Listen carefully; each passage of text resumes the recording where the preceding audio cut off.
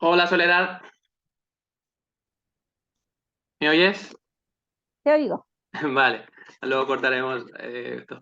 Vale, oye, mira, menos mal que no ha empezado. Voy a quitar el móvil que me llama muchas veces y... Vale, vale. Hola Soledad, ¿qué tal? ¿Cómo estás? Hola, ¿qué tal, Pablo? Muy bien.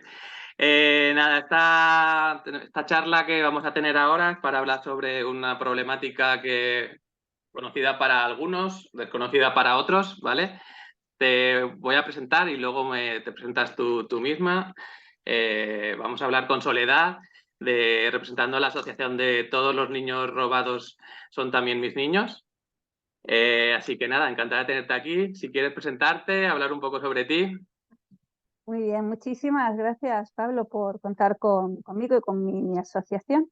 Bueno, yo soy la presidenta de esta asociación. Todos los niños robados son también mis niños, una asociación que se constituye en 2012, en enero del 2012, aunque ya llevábamos un par de años trabajando en campañas de sensibilización y de concienciación. Es una asociación compuesta por muchas familias y por grupos de trabajo fundamentalmente que hacen posible el acompañamiento a las familias y también el trabajo en el ámbito legislativo, judicial y de derechos humanos. Muy bien. Pues si quieres para empezar, para que nos pongas un poco en contexto con tu experiencia, con todo lo que sabes, te quería preguntar cuándo empezó todo el tema de los niños robados y por qué. Bien, bueno, es una pregunta que necesita de bastante tiempo para responder, pero voy a intentar ser lo más concreta posible. El tema de la apropiación de niños en España se produce de manera sistemática a partir de la guerra, ¿no? Fundamentalmente en la posguerra, durante toda la dictadura y hasta bien entrada la democracia. Son muchos años, hasta cada rincón llega hasta todo el rincón de España, todos Ujú. los rincones de España, es decir, que la magnitud es amplia, tanto temporalmente como por espacio. En la primera, lo que denominamos fase o etapa, porque claro, son tantos años Ujú. que tenemos que hablar de diferentes fases, de diferentes etapas. En la primera etapa, que por investigaciones que ya se realizaron en 2002 a través de la investigación Los niños perdidos del franquismo, que la realizó Montse Armengou, Ricard Belis y Ángel Viñas, pues Ujú. esa investigación nos empieza a dar pista de todo lo que ocurrió en los inicios, ¿no? En esa primera etapa había diferentes leyes, una orden, un decreto, una ley, años 40, 41, que legitimaban el robo de niños y de niñas. ¿A quién? Pues fundamentalmente a las mujeres antifranquistas de ideología republicana o anarquista que estaban en las cárceles. ¿A través de qué? Pues de un sustento ideológico y que tiene que ver, y un sustento político. El sustento político legislativo son estas leyes que comentaba que favorecen ese robo porque hacen posible que el Estado tutele a los niños, que les pueda inscribir en el registro civil con otros nombres y otros apellidos y asuma la patria potestad, el Estado. Con lo cual, esas leyes facilitan eso y estas mujeres son fundamentalmente el foco de esos robos. Se calcula que hasta el año 52, bueno, no es que se calcule, es que realmente esa investigación así lo aporta, Ujú. fueron más de 30.000 niños tutelados por el Estado. No significa que todos fueran robados a las madres republicanas, había también niños de las calles, los niños de la guerra, niños que fueron a parar a hospicios, pero muchos de ellos sí que fueron robados a las mujeres republicanas. El soporte ideológico tiene que ver con la teoría de Vallejo Nájera, la denominada teoría del gen rojo, donde lo que se viene a decir es que toda aquella semilla de mujer izquierdista, toda semilla de la ideología marxista republicana está destinada a crear personas antisociales, personas que pueden llegar a ser incluso delincuentes y delincuentes además con serias patologías psicosociales. Esta teoría que ahora mismo, claro, es una teoría que se acerca más a la ciencia ficción, lógicamente, que a la realidad, es lo que sustentaba el régimen franquista. ¿Cómo se puede solucionar el que estos niños no desarrollen esas taras debido a su ideología marxista? Separándolos a tiempo de las madres para criarlos, reeducarlos en otros ámbitos, en otras familias más adeptas al régimen, adeptas al régimen o en instituciones del Estado. La manera en que se quitaba a los niños pues era con toda impunidad, porque desde luego no había ningún tipo de disimulo, o bien cuando nacían o bien permanecían en la cárcel junto a sus madres hasta los 3 años y después eran mudados a otras instalaciones del Estado, y la madre ya difícilmente podía dar con ellos, ¿no? Yeah. Esto, que llega hasta los años 50, durante toda la dictadura continúa. Bien es verdad que el foco ya no son las mujeres republicanas, sino que son mujeres, familias de lo que llamamos sectores vulnerables, ¿no? Pues mujeres que tienen determinadas carencias culturales, educativas, familias quizás pobres, familias numerosas con estas carencias, mujeres solteras también, y más adelante, ya más cercano a la democracia o al tardofranquismo, pues mujeres que también se podían significar políticamente, al igual que lo hicieron las mujeres en la primera etapa, o parejas jóvenes, ingenuas, a las que se les engañaba fácilmente. ¿Por qué digo engañaba? Porque el modus operandi ya no era retirar directamente a los hijos, sino decirle a las mujeres que entraban en el paritorio que su hijo había fallecido, siendo esta una mentira, ¿no? Esto después tiene serias consecuencias al día de hoy, que después, si quieres, más tarde podemos hablar. ¿Cuántos niños fueron robados o separados de las madres en esta segunda etapa o tercera etapa, si mencionamos lo ocurrido en democracia, que se asemeja muchísimo a la segunda etapa? Bueno, pues es un número ingente, pero no podemos determinarlo, porque igual que si hay una investigación hasta el año 52, y que luego fue recogida en el auto del juez Garzón, en estas 2 etapas últimas, pues no podemos determinar. Lo que sí sabemos es que hay miles de denuncias puestas, diligencias de investigación, más de 2.100, que se han interpuesto entre 2011 y 2019 y que hoy, al día de hoy, están totalmente archivadas, ¿no? Una cuestión, y con esto voy a terminar, yo decía que la respuesta no podía ser demasiado corta. Tranquila, sí. Una de las cuestiones importantes es que el discurso que se ha venido teniendo hasta ahora es que todo esto, que no era represión política de la primera etapa, es decir, todo aquello que sucedió después de los años 50 hasta entrar a la democracia, se dice que no tiene vinculación con los crímenes del franquismo y que era puro negocio. Esto es falso, absolutamente falso, porque el negocio, pudiendo estar, no todos los casos fueron venta de niños, algunos se regalaron, otros se dieron a familias, pero que no en todo caso hubo un rédito, en todos los casos hubo rédito económico. Pero aún habiéndolo, hay que tener en cuenta, no olvidar nunca, que detrás de todo eso hay una estructura que favorece esa situación, ese robo de niños y de niñas. Primero con leyes y después normalizando esa violencia, simplemente porque el franquismo, como dictadura y como represión y como conjunto de represiones, triunfó y permitió que una maquinaria que se inició en la posguerra continuara durante toda la dictadura y más allá de la transición. Vale.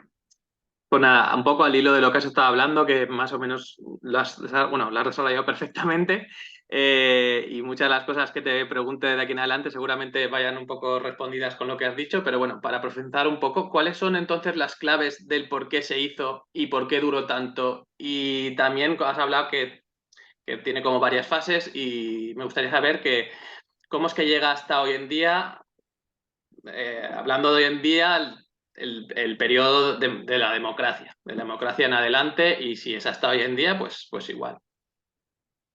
Bien, bueno, ¿hasta dónde? Sabemos cuándo empieza. ¿Dónde termina? Bueno, eso tienen que ser las investigaciones las que los determinen. Lo que sí podemos decir, investigaciones cuando se hagan, ¿no? En Sí. profundidad y de manera seria y rigurosa por parte de nuestro Estado. Por eso tenemos una ley que pide estas investigaciones. Uh-huh. Pero sí que hay dos hitos legislativos que determinan de alguna forma perdón, el inicio del que podría ser un final. Una es la Ley de Adopción de 1987 y la derogación del parto anónimo en 1999. Las adopciones eran fundamentalmente adopciones privadas, donde las religiosas o la Iglesia Católica o personas de la Iglesia Católica tenían bastante presencia, y organizaciones fundamentalmente religiosas, junto con una organización que era la Agencia para la Protección de la Adopción, Asociación Española para la Protección de la Adopción, Uh-huh. promoción de la adopción. Bueno, eh, fue en 1987 cuando se promulga la Ley de Adopción, pudiendo regular lo que había anteriormente. Después, en 1999, se deroga la figura jurídica del parto anónimo. ¿Esto qué era? Esto era una figura jurídica del año 44, creo recordar, aunque el año no lo recuerdo con precisión, que se instaura para que las mujeres pudieran dar sus hijos en adopción sin necesidad de dar su nombre y apellido. Esto que en principio puedes decir, bueno, pues no está mal para aquellas mujeres que no quieran Claro. dar su identidad, pero realmente fue lo que nosotros denominamos un coladero de niños.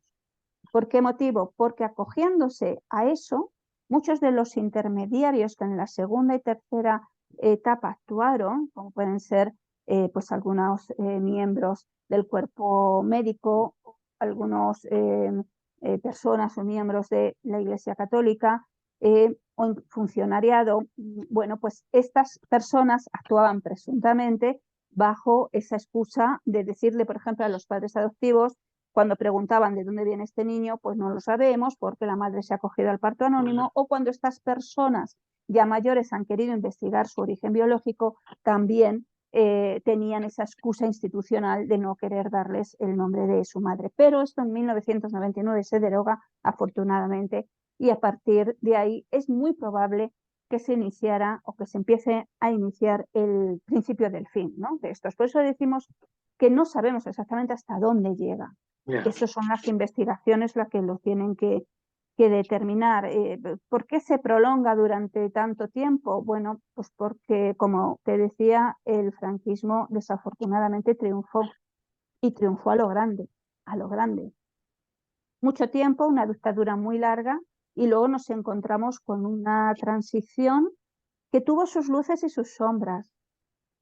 Yo no voy a criticar la transición al completo, pero sí hay que reconocer que una de esas sombras es que no hubo una transición rupturista, sino una transición continuista. Es decir, que nunca se investigó los crímenes del pasado, los crímenes del franquismo, ni sus culpables, ¿no? Los causantes de estos crímenes. Esto es una traba importantísima a la hora de cortar el tema. No se cortó precisamente porque no se corta la relación con el pasado durante la transición, con lo cual muchas personas continuaron en la democracia actuando de una manera muy similar a como actuaban en la dictadura.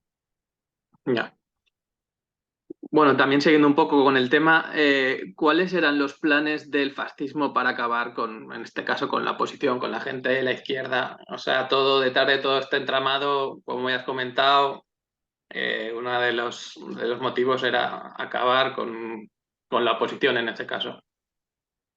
Claro, efectivamente, si acabas con la simiente, no tienes el problema de que se revolucionen en el futuro a causa del influjo de la madre o del padre, ¿no? Revolucionario. Claro, esto es importante, Pablo, porque estamos hablando de una dictadura feroz donde había planes de exterminio sistemático, es decir, querían acabar con el enemigo. No es que hubiera una guerra y después una dictadura donde hubo planes de reconciliación, en absoluto. No hubo ninguna piedad con el perdedor.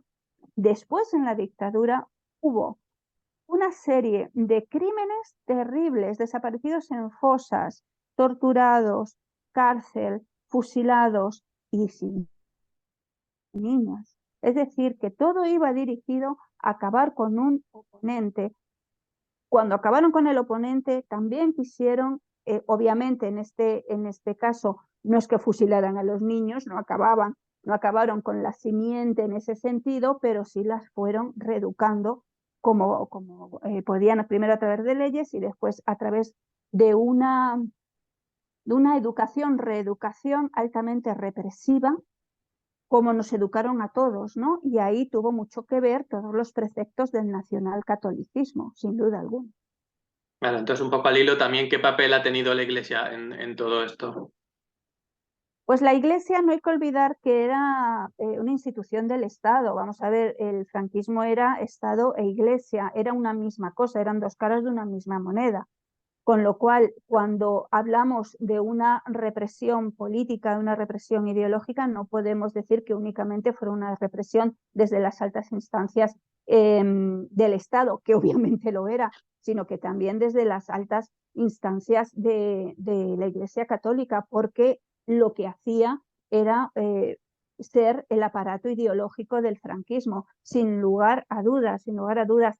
Toda la educación que se recibía, que recibimos, sobre todo nuestros padres y madres, aunque también algunos que ya cumplimos bastantes años también lo hemos vivido, ¿no? Aunque sean los últimos años del franquismo, toda esa educación en las escuelas venía del nacionalcatolicismo. Y algo importante, toda la cuestión represora contra la mujer era fruto del nacionalcatolicismo. Todas las normativas institucionales estaban altamente apoyadas por todas las ideas nacionalcatólicas del momento. La mujer servía para lo que servía, para tener hijos, pero no siempre para educarlos ellas. Cuidado, porque la Iglesia y sus representantes, igual que algunas instituciones del Estado, obviamente, y algunos representantes del Estado, podían decidir con quién se criaban las hijas de determinadas mujeres.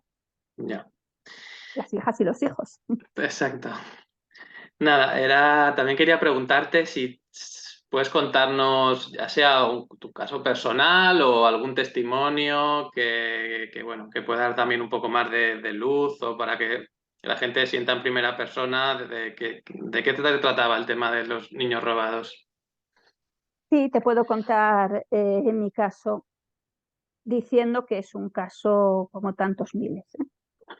Mira, nosotros, mi hermano mellizo y yo, nacimos el 25 de enero de 1965 en la maternidad provincial de Odón, ahora ya desaparecida, ¿no?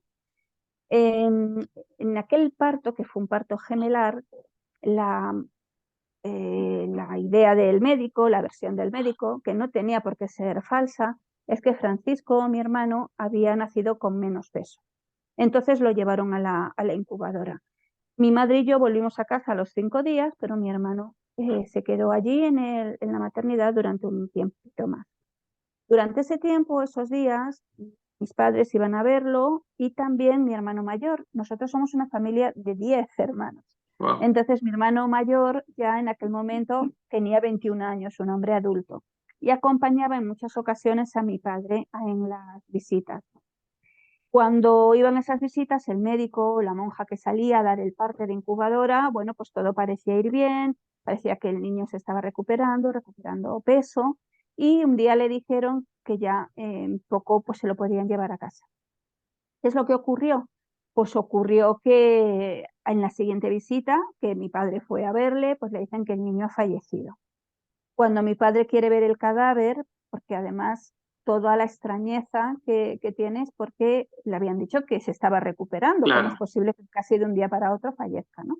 Mm, Le dicen que no pueden ver el cadáver porque está en el depósito, que vuelva al día siguiente para enterrarlo. Mi familia, como tantísimas otras, incluso ahora, pues lo primero que hacían cuando se casaba un matrimonio ujú. era sacar un seguro de decesos, ¿no? Y de enterramiento. Y mi familia tenía uno. Con lo cual, bueno, pues al día siguiente, te lo estoy resumiendo mucho, ¿eh? Sí, sí. Al día siguiente, mi hermano mayor y mi padre van a buscar el cadáver, el supuesto cadáver de mi hermano. Entonces le dicen que no se lo pueden llevar porque lo han incinerado. Claro, en aquel momento, tanto mi padre como mi hermano eh, tienen una sensación de incredulidad, porque ¿cómo es posible que hayan hecho eso sin consultarles? No porque piensan que se ha robado al hijo, porque realmente en una época como aquella, años 65, donde los médicos, las religiosas eran grandes figuras de poder, pues nadie se cuestionaba que había algo raro. Vale, el niño muerto, de acuerdo, me lo creo, pero ¿por qué lo incineras sin mi permiso, no? Ya. Entonces, bueno, cuando piden explicaciones, le dicen que procuren no armar jaleo porque incluso les amenazan con llamar a la Guardia Civil, ¿no? Más o menos la idea del hospital es que casi habían hecho un favor a la familia, esta familia tan pobre, con tantos hijos, ¿no? Pues se ocupan ellos de todo. En fin, bastante asombroso toda la situación, pero ya lo que es el colmo es cuando mi padre pide las cenizas para enterrarlas y le dicen que esas cenizas no están, o sea, han desaparecido, ¿no? Y ahí, bueno, ya directamente vienen esas amenazas de que mejor que se marchen. ¿Y qué es lo que ocurre, Pablo? Pues que mi familia, claro, se queda, como tantísimas familias de la época, con esa sensación de que ha ocurrido algo raro, pero no piensan que les han robado el hijo, porque nadie puede pensar eso en ese Ya, momento, es imposible pensarlo, ¿no? ya. No está en tu universo mental, con lo cual pasan los años y fue en 2010 cuando surge todo este boom mediático de los niños y niñas robados que empiezan a haber casos en la televisión, en los medios de comunicación, y mis hermanos, mis padres ya en aquel momento ya llevaban mucho tiempo fallecidos, son mis hermanos mayores los que empiezan a recordar todo lo sucedido entonces, porque ellos fueron testigos vivos todavía Claro. de aquella situación tan extraña, tan rara. En aquel momento, bueno, lo que decidimos los hermanos es empezar a buscar documentación y hemos visto pues documentos con fechas de muerte diferentes, un enterramiento cuando realmente no se pudo enterrar nada, porque de hecho ni siquiera oficialmente se pudo enterrar. Un enterramiento en un cementerio católico cuando no hay partida de bautismo. Es decir, que son bastantes contradicciones y Ujú. datos raros, por no decir falsos. El certificado de fallecimiento ni siquiera viene firmado por el médico, en fin, no hay un sello con número de colegiado, realmente es todo bastante irregular.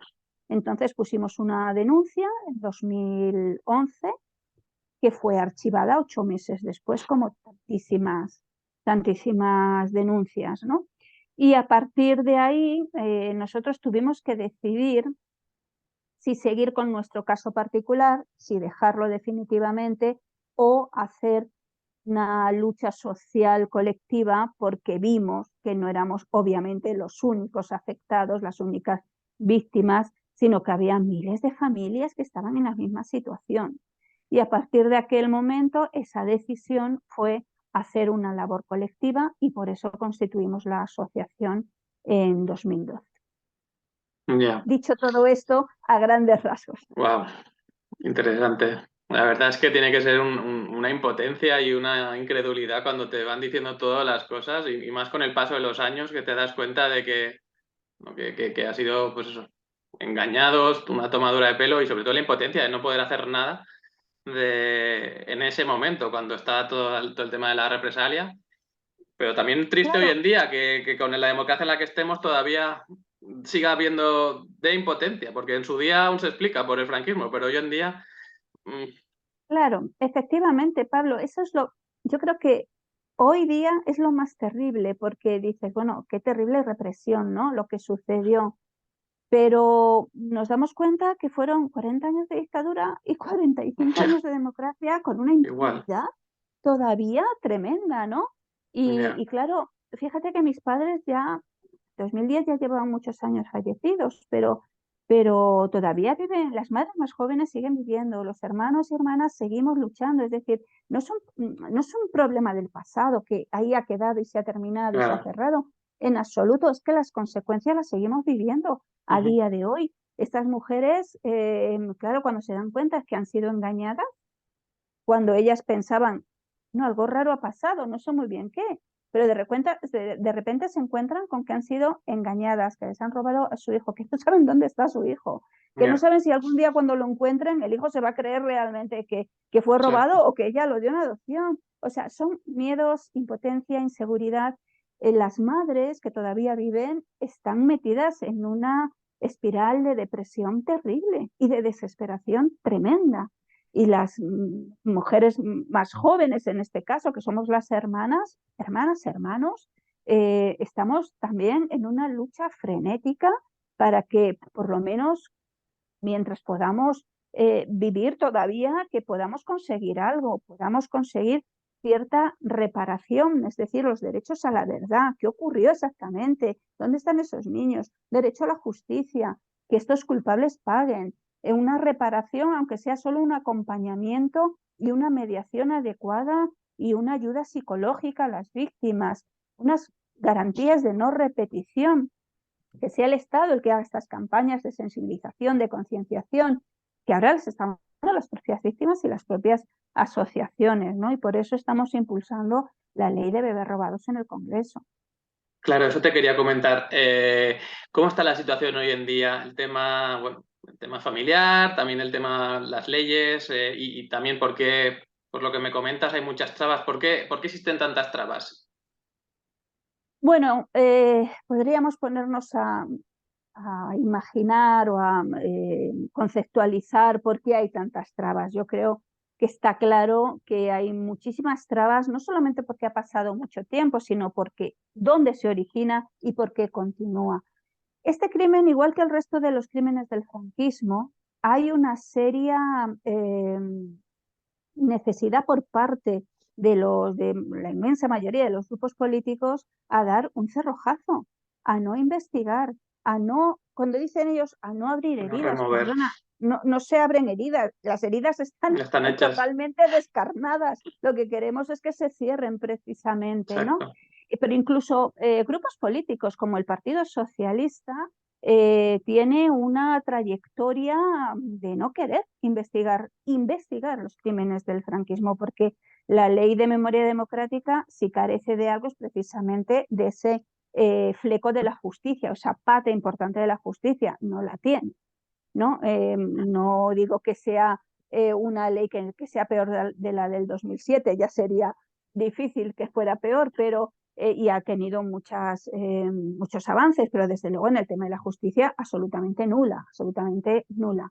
Desde el 2017 nosotros venimos, digo nosotros, nuestra asociación, Ujú. venimos promoviendo e impulsando la ley de bebés robados en el Estado español dentro de la Coordinadora Estatal de Apoyo a la Querella Argentina. Sí es verdad que nosotros la empezamos a promover e impulsar, pero tenemos a nuestro lado pues la mayoría de las asociaciones de bebés robados que también la están impulsando. Amnistía Internacional, la Asociación Pro Derechos Humanos de España, la Red Argentina Europea por el Derecho a la Identidad. Es decir, hay un consenso social sobre esta ley muy grande, muy importante. Y también político, porque se registró por parte de los grupos políticos por primera vez en 2018, por segunda vez en esta legislatura, el 2020, porque ya sabes que cuando se termina la legislatura decaen todas las leyes.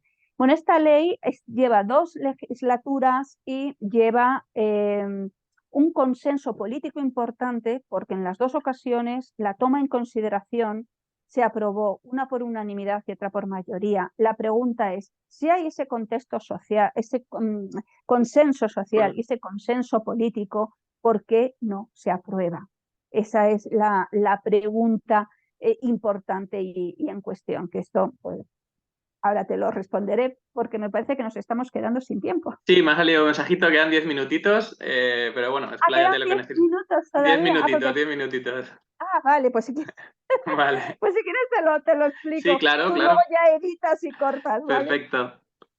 Vale, bueno, pues la respuesta es la siguiente. Tenemos principalmente 3 ámbitos sobre lo que hay que poner el foco. El Ministerio de Justicia hace unas valoraciones bastante alejadas en el tema de justicia del texto original de la ley. Es decir, esta ley que se sustenta en los principios del derecho a la verdad, justicia, reparación, garantías de no repetición, es una ley que agrupa tanto a las víctimas de la dictadura como las de la democracia, tanto a familias que buscan, niños y niñas, como personas en busca de su identidad. Pero es verdad que ese punto, ese capítulo del derecho a la tutela judicial, el Ministerio de Justicia quería quitarlo. Esas son las valoraciones de los ministerios implicados, en concreto el del Ministerio de Justicia. Eso por un lado. Por otro lado, los socios de gobierno, PSOE y Unidas Podemos, mientras que el PSOE puede tener en consideración esas valoraciones, Unidas Podemos no, y nos parece muy bien que no las tenga en cuenta, porque van en contra de la esencia original de la ley. El problema es que no terminan de negociar, de ponerse de acuerdo, con lo cual quieren tener enmiendas conjuntas porque para eso son socios de gobierno, pero no lo consiguen. Entonces, lo que nosotros les pedimos es que las presenten por separado y que cada uno defienda su postura. Y cuando llegue a pleno, a debate esa ley, bueno, pues que cada uno quede retratado con su voto a favor o su voto en contra de las víctimas, porque votar en contra de esta ley es votar en contra de las víctimas. Bien, ese es otro de los puntos. Y el tercer fleco es la mesa del Congreso, compuesta en su mayoría por Unidas Podemos y PSOE, o PSOE Unidas Podemos, que tiene la facultad de poder decidir que se cierre el trámite de enmiendas. Este trámite de enmiendas lleva abierto 2 años, desde septiembre del 2020, y no lo hace, no lo cierra, con lo cual los 3 ámbitos donde está fundamentalmente el PSOE, Ministerio de Justicia, la titularidad de ese ministerio es del Partido Socialista, del Grupo Socialista, la imposibilidad, parece, de negociar enmiendas conjuntas con su socio de gobierno y el inmovilismo de la mesa del Congreso para no facilitar el cierre de trámite de enmiendas es lo que hace que esta ley esté bloqueada. Con lo cual, ¿qué es lo que pedimos? Pues pedimos que se sienten a trabajar, que se sienten a negociar, que si no pueden negociar y hacerlo conjuntamente, que se posicionen y que cada uno lo haga por su lado, pero que tengan muy claro cuál es su posicionamiento. Eso es lo que pedimos fundamentalmente.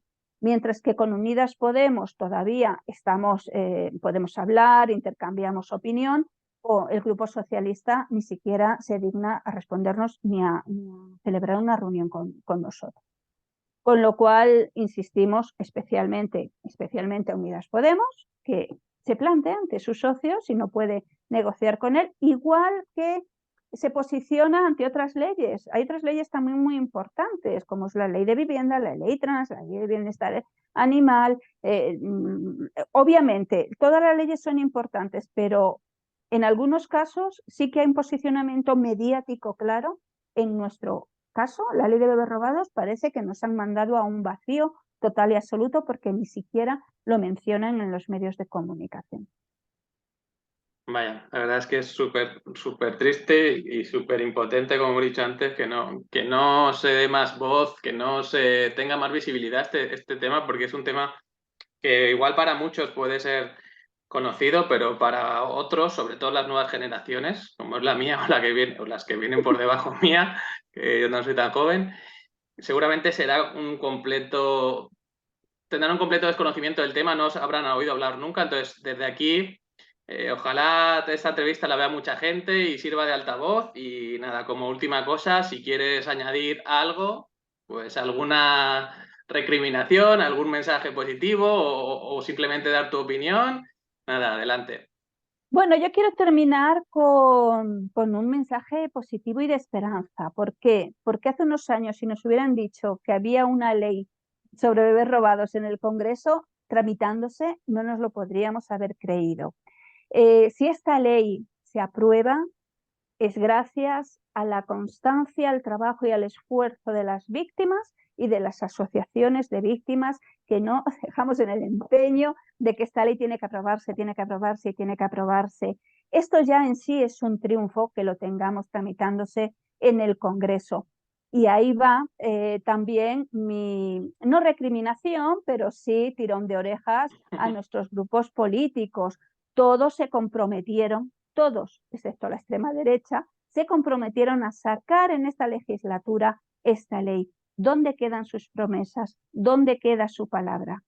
Pues que la cumplan para que todos seamos merecedores de esa ley que tiene que terminar de tramitarse, ¿no? Y que ellos también reciban pues esas muestras de, no voy a decir de agradecimiento, porque ellos tienen la obligación de hacerlo, pero sí de agradecimiento y de reconfort, y para estar reconfortados de que han cumplido con su trabajo. Ellos están ahí gracias a nuestro voto, ¿no? Pues ahora son ellos los que tienen que cumplir con su obligación. Exacto. Pues nada, pues muchas gracias por todo, Soledad. Me ha gustado mucho la charla, la verdad, súper fructífera. He aprendido muchas cosas y nada, que os deseo mucha suerte. Aquí estamos muchos luchando y que ojalá que vean esta entrevista mucha gente y llegue a muchos lados y significará que todo va bien. Muchísimas gracias, Pablo, a vuestro proyecto, a vuestro trabajo, y seguimos adelante, claro. Bueno, un saludo. Un saludo. Chao. Chao.